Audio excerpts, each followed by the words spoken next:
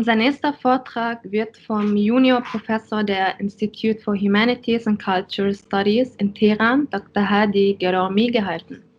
Seine Forschungsschwerpunkte liegen unter anderem in der islamischen Geistesgeschichte, Geschichte der Schiiten, Geschichte des Hadiths sowie des Tafsirs.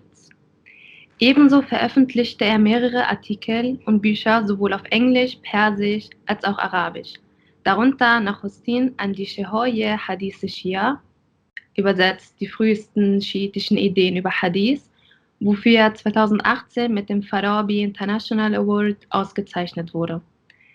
Sein folgender Vortrag trägt den Titel The Social Context of Early Shia Critical Attitudes to the Quran und behandelt ebenso die Position der Fälschung des Korans in der frühislamischen Zeit.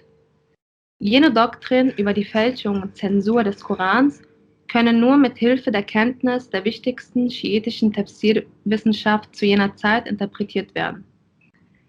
Wie dieses Aufkommen extremer und kritischer Meinungen zum Koran im 2. Jahrhundert entstanden ist und inwiefern die schiitische Identitätsentwicklung eine Rolle spielt, wird Dr. Gerami im Folgenden behandeln. His following lecture has the title The Social Context of Early Shia Critical Attitudes to the Quran and deals with the role of the forgery of the Quran in the early Islamic period. Those doctrines could only be interpreted with the knowledge of the most important Shia tafsir science of this time. How these extreme and critical opinions on the Quran in the 2nd century came out, and how the Shia identity development plays a role, will explain Dr. Gerami in the following. Okay, thank you so much. Hello, everyone again. Thank you, Dr. Iswani and your colleague for organizing such a great event in which a number of scholars, great scholars from around the world contributed.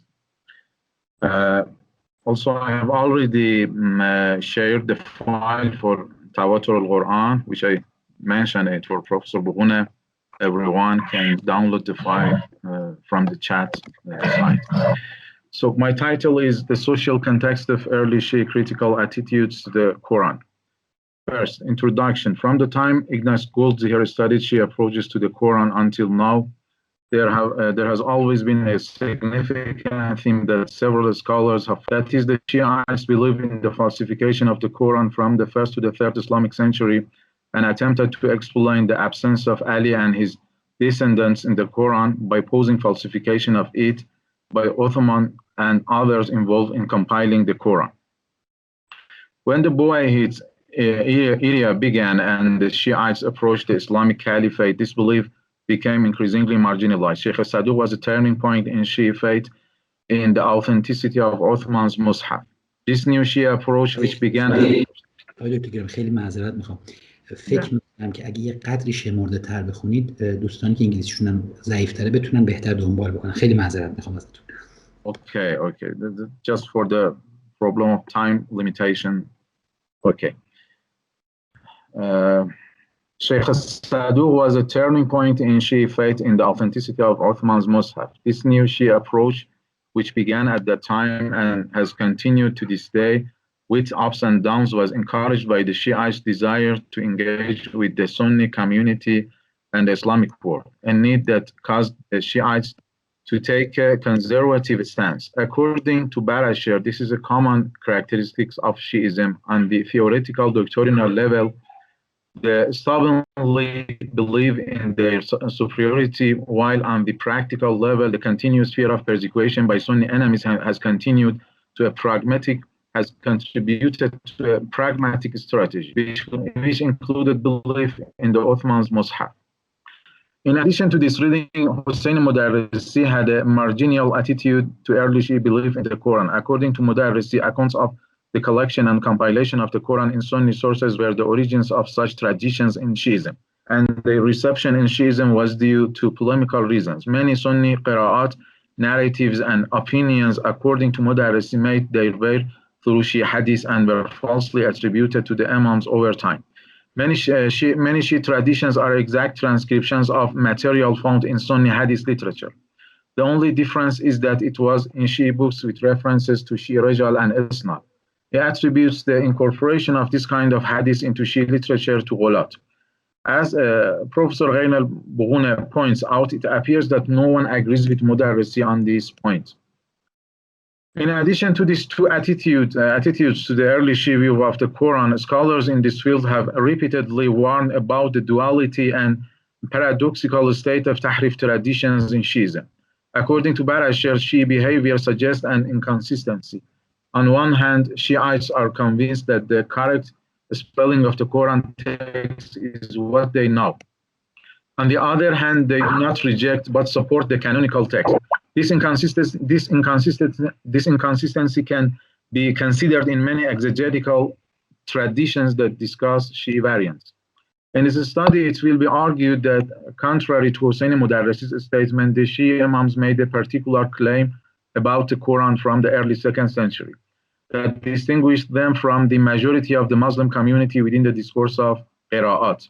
This claim was rooted explicitly in the Shia heritage of hadith and cannot be attributed solely to Sunnis or Ghulat, as Mudarrisi argues.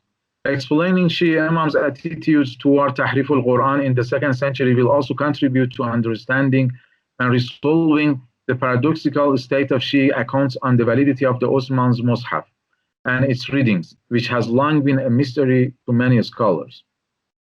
Also, the understanding of the doctrine of falsification of the Quran in the early Shia era can be interpreted in the light of the knowledge of the main Shia trends of tafsir in that period. Contrary to certain stereotypic beliefs in this respect, it was not the case that all the Shiites adopted the faith, or that those who believed in the falsification were merely Ghulat. Rather, there has been a range of trends in Shiism whose views of the Quran have steadily grown. Second, what was the Imam's distinguishing claim regarding the Quran? It cannot be said, as Mudarrisi claims, that Shia Imams had no any claim. Okay. It cannot be said, as Mudarrisi claims, that Shia Imams had no any claim about the Quran. This issue should be studied and understood concerning the Shia identity formation in the early 2nd century. The Imams attempted to separate the Imami identity from the bulk of the Islamic society, not only via jurisprudence, kalam, and tafsir, but also by utilizing the potential of qira'at and masahif discourses. That is, the Quran cannot be removed from the early 2nd century competitions between the Shiites and Ammah. Although this competition about the Quran could be controversial, what left Shia Imams' hands open in this field was the emergence of the discourse of qira'at in the Islamic world from the end of the 1st century. Shadi Hekmat Nasser's study has demonstrated that the formation of the discourse of qira'at in the Islamic world, as well as the competitions of the networks that surrounded them, were based on the well-known traditions of Sab'at Ahruf. In an attempt to date these narratives, he demonstrated that they were from the last quarter of the 1st century, an area that can be called precisely the beginning of the period of Sadiqain, Imam al-Sadiq and al-Baqir. According to Kohlberg, many of the variant readings attributed to Imams in Shia texts are the same variants attributed to Abdullah ibn Mas'ud and Ubay ibn Ka'b in other sources. The Shia Imams have alluded to their independent Quranic identity as qira'atuna, and have presented their variants in line with Ubay ibn Ka'b's or others' readings. In other words, they attempted to establish a distinct identity for themselves in the sphere of reading and masahif. In a report, Imam Sadiq states, in the presence of Rabi'atul Rai, that Ibn Mas'ud is mistaken if he doesn't accept our reading, which is based on Ubay ibn Ka'b. In this case, the Imam speaks freely in front of a non-Shia scholar, Rabi'atul Rai, about Ahlul Bayt's reading and acknowledges it. In another report narrated by Rayyan ibn Sa'd from Imam Reza, he explicitly read in the presence of Ma'mun and some Ammi scholars the verse of Anzir Ashiratak al-Aqrabin with the addition of Warahtak al-Mukhlasin. He says that this is based on the Ubay's reading, and this is also recorded in the Mus'haf of Abdullah ibn Mas'ud. In other reports transmitted via Abu Janada as-Saluli, what has been presented as the reading of Ahlul Bayt is attributed to the Mus'haf of Abdullah ibn Mas'ud. Rayyan's account about Imam Reza shows that he was not afraid to express his different views on readings and masahif in a public. He does, however, explain his variant in the context of qira'at and masahif discourse. Imam Reza also alludes to his reading of a verse in another account. Third, the variant of Wala Muhaddas in Shia accounts and Ammi readings. One reliable example indicating that Shia variants were based on Ammi readings is the verse وَمَا أَرْسَلْنَا مِنْ قَبْلِكَ مِنْ رَسُولٍ وَلَا نَبِيٍّ إِلَّا إِذَا تَمَنَّى أَلْقَى الشَّيْطَانُ فِي أُمْنِيَّتِهِ فَيَنْسَخُ اللَّهُ مَا يُلْقِي الشَّيْطَانُ ثُمَّ يُحْكِمُ اللَّهُ آيَاتِهِ وَاللَّهُ عَلِيمٌ حَكِيمٌ. Pieces of evidence show that this verse was introduced from the period of Sajjad, Baghir, and Sadiq in the form of وَلَا نَبِيًّا وَلَا مُحَدَّث. According to the reports, the form with Wala Muhaddas was recognized at that period and was not confined to Shia circles. One of the great successors of Basra, Qatada, has recited this Shia variant. In his conversation with Muhammad ibn Abi Bakr, Sulaym ibn Qais alludes to this verse with the addition of Wala Muhaddas. The context of this account, throughout their discussion, this verse of the Quran was identified to them as Wala Muhaddas.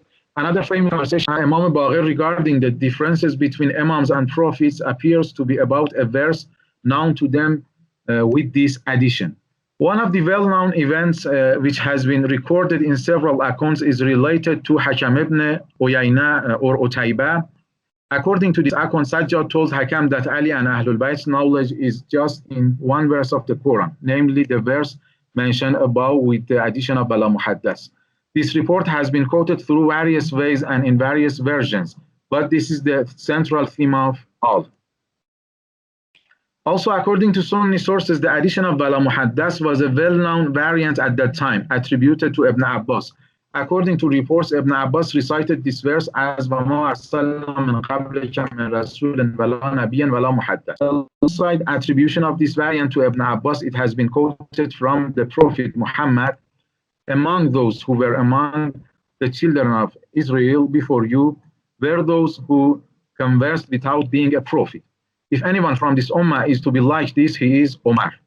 This report demonstrates that the story of this verse should have been at the center of controversy between Amma and the Imams during that time. It indicates that the seriousness of this debate in the Shia circles was not accidental and without grounds, but in general, due to some specific references to Umar based on Muhaddas, this debate was doubly important for the Shiites. Fourth, the paradoxical state of Shia accounts on the validity of Uthman's Mus'haf.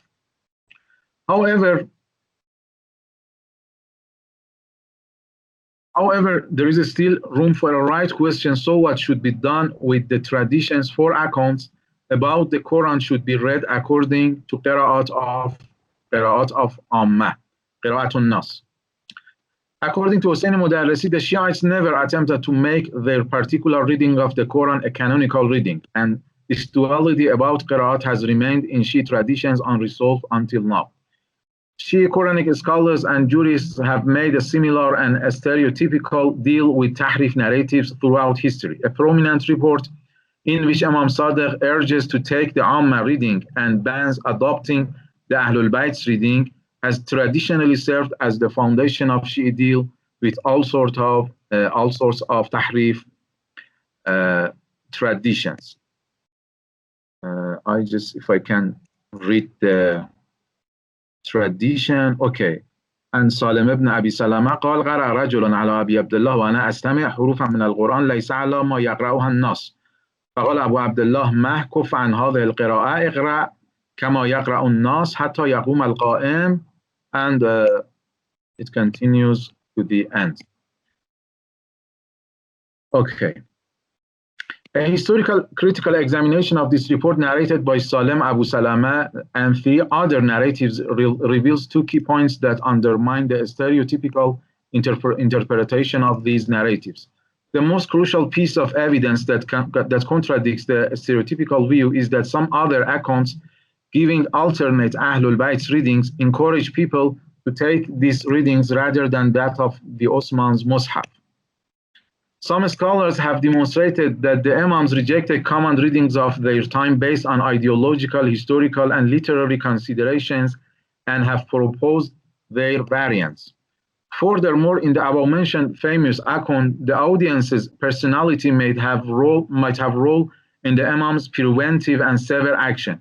It has been revealed in studies on Taqiyya that one of the groups against which Imam Sadiq took Taqiyya and occasionally treated harshly was Ghulat, particularly Abu al-Khattab.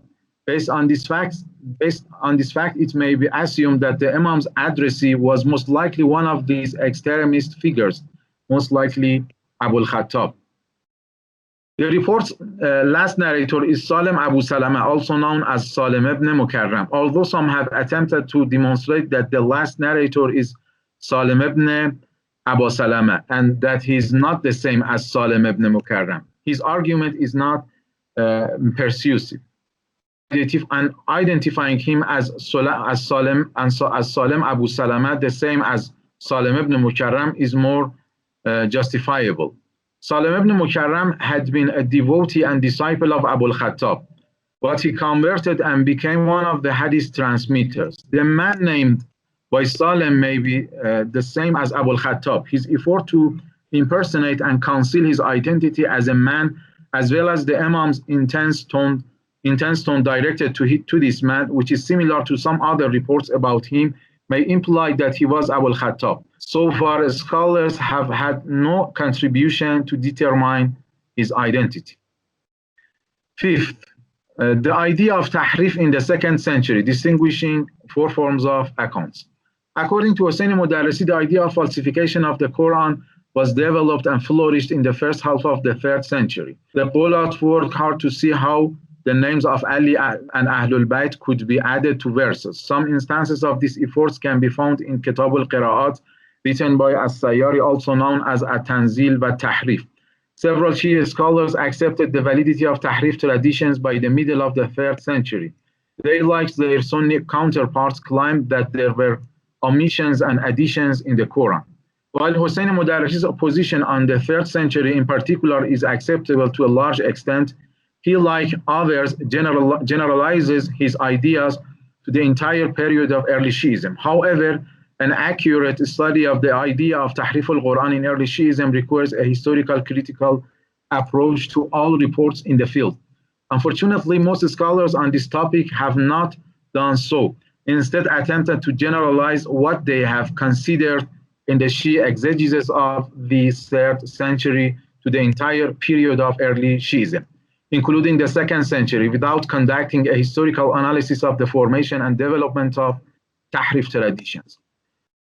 It is essential to comprehend the stages of development of the idea of Tahrif al-Quran. In particular, the advanced idea of falsification, which emerged in the 3rd century, is the most advanced stage of a historical gradual development. It should be noted that the narratives relevant to the idea of Tahrif al-Quran are a mix of 4 types. First, accounts within the context of Ahlul Bayt's Qira'at. Accounts with interpretive modifications inside the Quran text, Tafsir Mazji. This was the second one. The third one, accounts that affirm and intensify the 2 above forms, first and second, through the use of wordings such as hakaza or kaza nazalat or unzalat. Fourth, accounts that explicitly mentioned falsification and use tahrif or its derivatives. Most researchers have not differentiated between these 4 types of reports, have not collected all of the reports, and have no interpretation or perspective on the relationship between these 4 types of reports.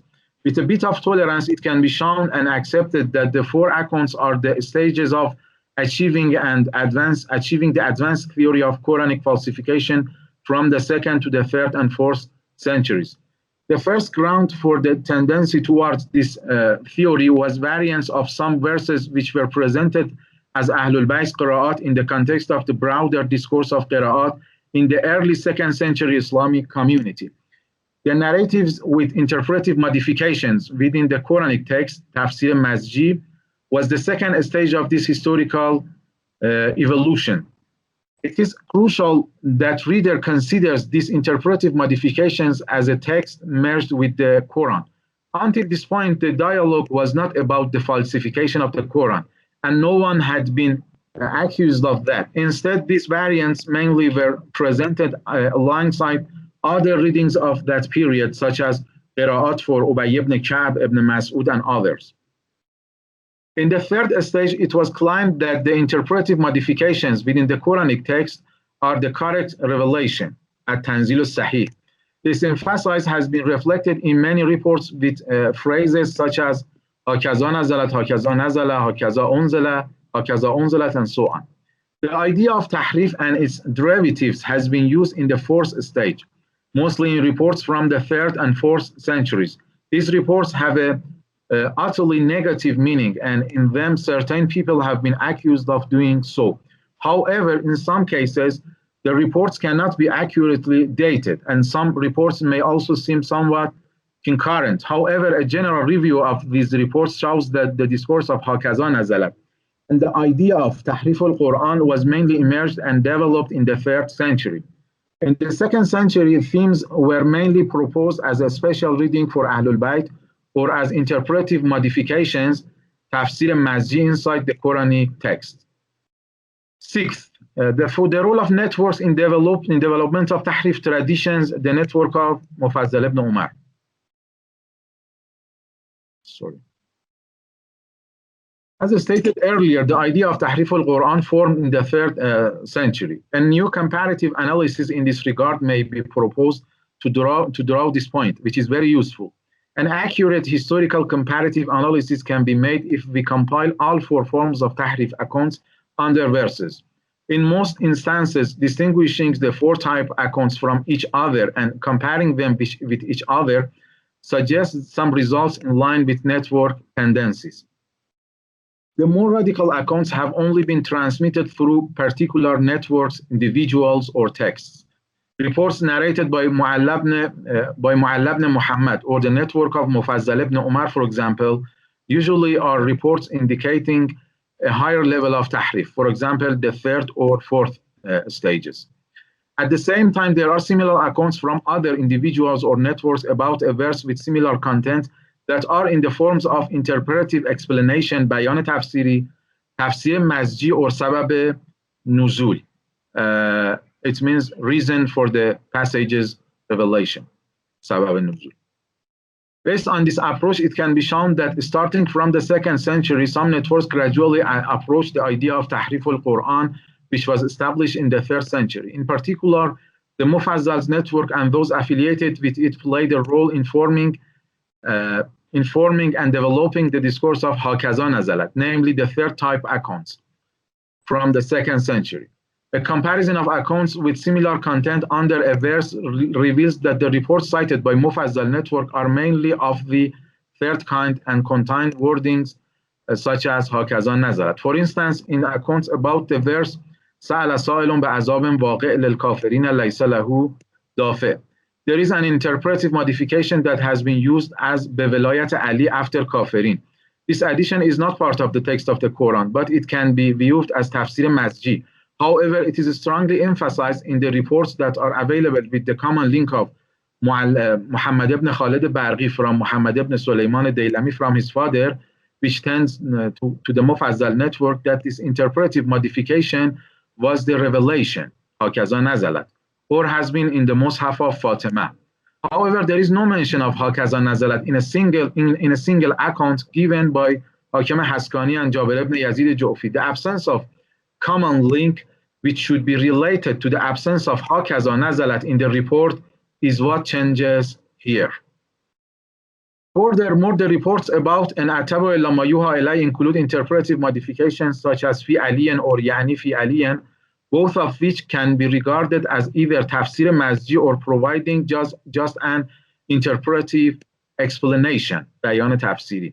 Another account on the same verse transmitted via the Mufazzal network, namely Muhammad ibn Khalid Barghi and Ahmad ibn Nazr, has the phrase هَكَذَا نَزَلَتْ.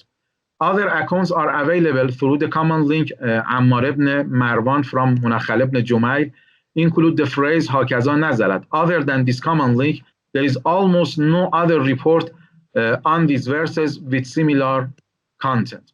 There is another evidence of argument since in the verses where there are accounts of similar content from the Mufazzal network as well as other individuals and networks, it can be shown that the usage of hakaza nazalat has not been included in the reports of other individuals and networks. However, there is no such duality in the reports of verses that only include accounts from the Mufazzal network, and all of the accounts typically have phrases like hakaza nazalat. The question may rightly be raised here that there may be other reports of this common link which have come down to us merely in the form of tafsir masji without phrases like hakaza nazalat. In this case, the assumption that this common link was involved in the development of the hakaza nazalat discourse is weakened. Examining the other interpretive accounts of this common link, specifically the cases where there are no hakaza nazalat phrases, provides a definitive and straightforward response to this question. Except for one case, none of the other reports transmitted through this common link are in the form of tafsir masji, and the interpretive details provided in it cannot be regarded the text of the Quran. That is, they are all either in the form of interpretive expression or simply presenting the meaning of the verse. Just one surviving report by Ammar ibn Marwan and Mulakhal ibn Jumail in the book Al-Kafi contains an interpretive modifications, tafsir masji, that doesn't include hakaza nazalat phrases. However, in another version of this report that has come down to us through a tafsir al-Ayyashi, the interpretive sentence has been explicitly introduced as tafsiruha fil batin rather than as tafsir masji. While it is impossible to tell which of the two accounts was derived from the other, the surviving two accounts suggest that the two older sources were different. Al-Ayyashi's account seems to be based on an older and more authentic version, since changing the report's text by omitting its beginning seems to be much more likely than adding anything to it, which is the characteristics of Al-Ayyashi account. Conclusion. Scholars who have previously addressed Shia ideas on Tahrif al-Quran have extended it from the advent of Shiism to be Ruwayhid Shiites. Hosseini Mudarrisi, on the other hand, believes that Qulat imported Tahrif narratives from the Sunni background. However, it cannot be argued that the Shia Imams had no specific claims concerning the Quran, and all that happened was entirely the product of particular parties. Sadiqain appears to have tried to offer a special reading of the Quran until the time of Reza, although they sought to introduce and extract their variants from the well-known readings and masahif of their successors. According to the accounts, Imams from the time of Sadiq until about a century later would not hesitate to attribute their variants to readings and masahif in the Islamic world in order to distinguish themselves. Their readings was mainly based on Ubay ibn Ka'b, Abdullah ibn Mas'ud, and Ibn Abbas. The narratives advising Shiites to adopt Amma readings and prohibiting Ahlul Bayt's reading were directed toward Shia extremists such as Abu al-Khattab, or were due to the circumstances in which these specific variants may threat to the Shiites. Also, according to this study, there are four types of Tahrif traditions: Ahlul Bayt's readings, interpretive modifications, Tafsir Masji, Hakaza Nazalat accounts, and Tahrif accounts. A comparison of reports reveals that particular networks were active in developing Tahrif narratives and advancing the idea of Tahrif al-Quran in the 3rd century. The reports, particularly in the 2nd century, were generally in the form of Ahlul Bayt's reading or Tafsir Masji. From the 2nd century onwards, narratives with Hakaza Nazalat phrases began to appear by contribution of the Mufazzal network. The Hakaza Nazalat discourse eventually reached its peak in the 3rd century. Thank you very much.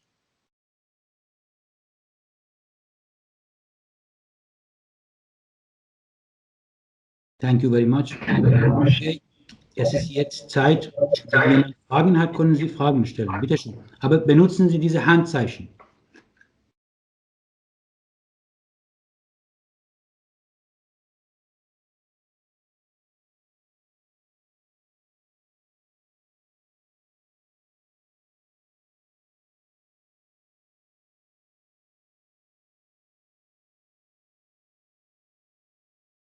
Is there any question?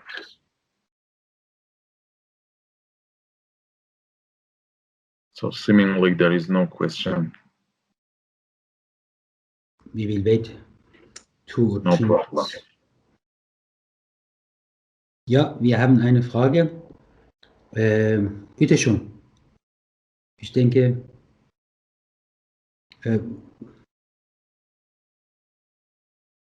فرهاد قدوسی ich denke, ja? Please.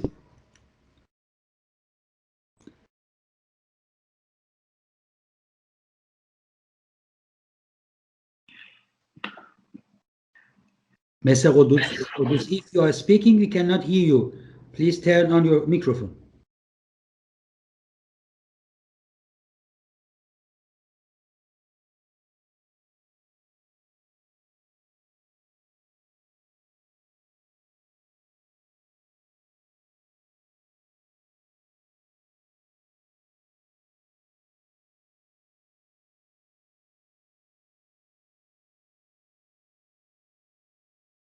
Herr Quddusi? Do you hear me now? Yeah, yes, I can hear you. Okay, thank you. Sorry, the headphone. Thank you for the talk. I really appreciated this talk and Dr. Briner talks before. I mean, to be kind of playing the devil advocate, or you clarify your arguments. Dr. Ansari from Princeton Advanced Studies states, look, this issue of tahrif never mentioned in the first century. His argument mostly says in none of the theological debates or discussion about Khawarij, Murji, stuff like that, these were mentioned. So that's one of the arguments. I mean, it doesn't contradict you. You may saying maybe it generated later on through Imam circles. I agree with your general evaluation that some moderate form of it is hardly deniable, but the extreme ones I think is really as against going common sense. You know, the ones that there are 17,000 verses, only we have 7,000 left, because that's his argument. You don't hear any of those first century, early second century debates. They fight with Osman, they accuse him of everything, they murdered him, even they were not happy burning the other companions' manuscripts. But never they accused him as has falsified the Quran. And then one thing, this one I'll let you explain. And then one point I think is good we distinguish between 7 ahruf, I think is the hadith you refer to, is more related when we're talking about companion hadiths, which have some different in ras with Osmani one. I know the qira'at is more kosher, a more politically correct word to use because qira'at is allowed, but I prefer we distinguish the qira'at, keep it for the when we have variation on the Osmanis ras reading. I know there are 14 minor variation in ras even there too, but I understand this. There are some imams that clearly state the rasm of Osmani was changed or missed or omitted. Yeah, I mean, if you explain that argument, I would be thankful. Thank you very much. Okay, thank you for your balanced question. Basically, I'm in agreement with Hassan Ansari on his point about the first century, that there was no mention of tahrif in the first. But I would also like to add something further about the second century, that we have not the idea. We are speaking about the wording, like this special shape of word tahrif.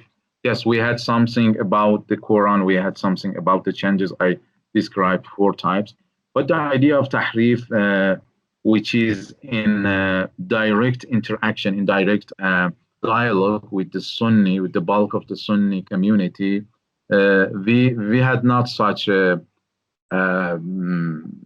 dialogue, such a wording like tahrif or its derivatives in the second Islamic century. Also, your second point, it was very important to me. Okay, the second point I should raise here, I'm not in agreement with you about the qira'at. We have, I know definitely we have a stereotypical picture from the qira'at and we attribute it to the changes, to the small changes, maybe changes in the vowels and so on in the Mus'haf of Osman. But in the historical context, when we go through the historical context and read the reports in its context, we can expand qira'at to the any changes in the Quran, maybe sentences, maybe verses, maybe in the chapters. I can show you several evidences, but that show that qira'at was including a broad scope of changes in the Quran. So I do think this stereotypical view that consider qira'at just in the limits of small changes in the Mus'haf Osman is driven from maybe an ideological or a modern perspective. So this is my emphasize that qira'at and masahif should be considered as a coherent discourse, which was included several topics, several changes in the text of the Quran, and cannot be confined to some small changes and some not valuable changes in the Mus'haf of Osman. Can I say thank you for I'm not the moderator. You can continue. No problem from my side.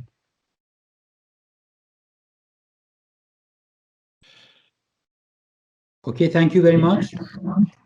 Is there any other question?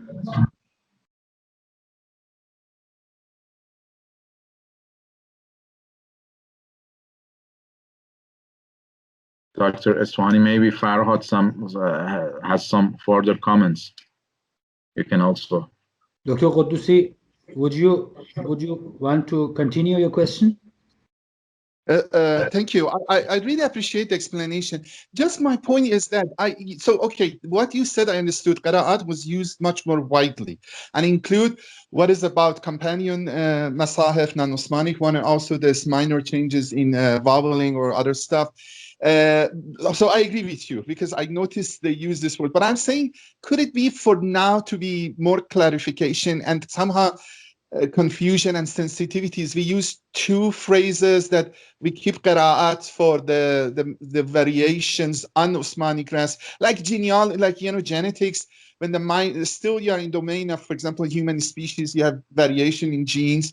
But if when you go to another species or another mushaf, we use another terminology. Because I was thinking sometimes this may, I mean, I know it's a little subjective, but sometimes I think this makes things not clear as it should. And then so I'm saying if we separate, I felt Behnam Sadeghi did that, so when he's referring to the companions, other companions tradition, like Abdullah ibn Masud Ubay ibn Ka'b, he used kind of a little bit different terminology when you're talking about the variation of Osmani grass with some minor variation, but variation in recitation, we use qira'at. I was just saying it's a terminology. I mean, everybody can choose to find their terminology. I was thinking maybe separated may help, but just a suggestion. But again, thank you for the explanation. Okay, thank you so much. I should follow the sources and your comments and what Behnam Sadeghi has contributed to the field. But in general, I do think that we can have a unified picture from the terminology of the qira'at or masahif, at least in the first and in the second Islamic century. Yeah, I'm in agreement with you. When we come to the third or to the fourth century, terminology is different. But I can take something a little bit reliable for my arguments in my study, and I should also develop and elaborate it in the future. Thank you so much.